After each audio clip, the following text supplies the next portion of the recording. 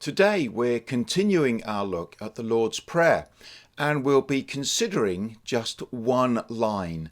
Give us this day our daily bread.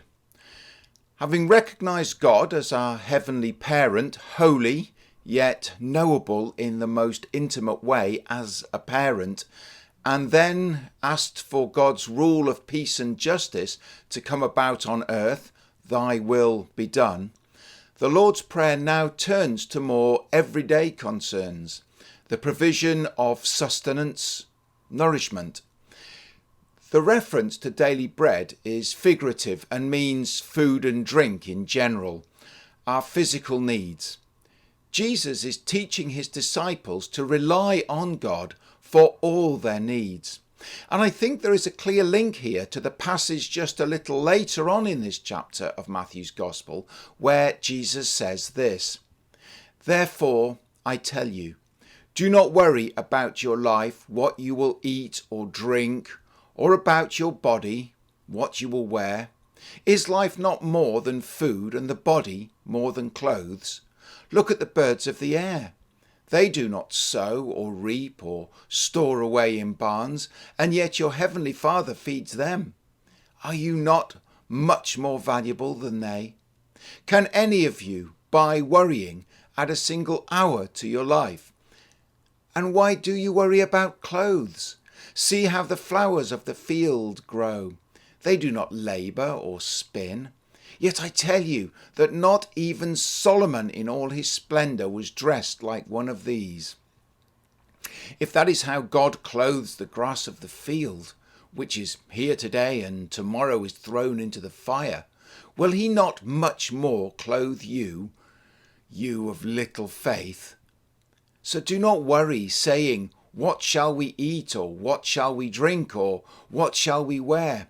For the pagans run after all these things, and your heavenly Father knows that you need them.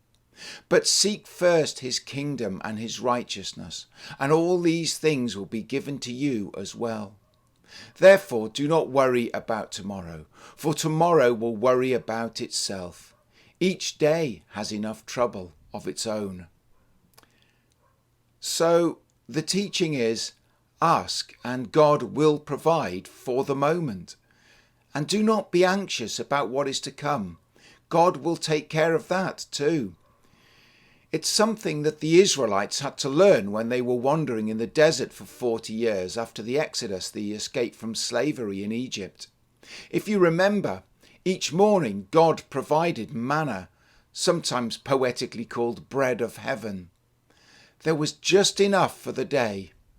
So, in the same way that manna was only given one day at a time, Jesus' followers are to rely on daily provision from God, not looking beyond that, helping them to develop a continuing dependence on him. Give us today our daily bread. It emphasizes that the present day is to be the center of attention, which ties in with Jesus' later instructions not to be anxious about the future, which we read just a moment ago. If God cares for us today, then surely he will provide for us every day of our lives. The best way to prevent anxiety is to consciously trust God for today's bread and trust him for tomorrow's bread. Now, I don't think that Jesus is renouncing responsible activity for his disciples to take care of their needs and those of their loved ones. He's not saying, don't bother to work or earn money, I'll just put a loaf of bread and a jar of coffee in your cupboard each morning. We are still urged to support one another, to help those in need in practical ways. But what Jesus is encouraging when he teaches his disciples to pray, "Give us this day our daily bread," is that we can rely on God, that God knows our needs, and we only need be concerned about one day at a time.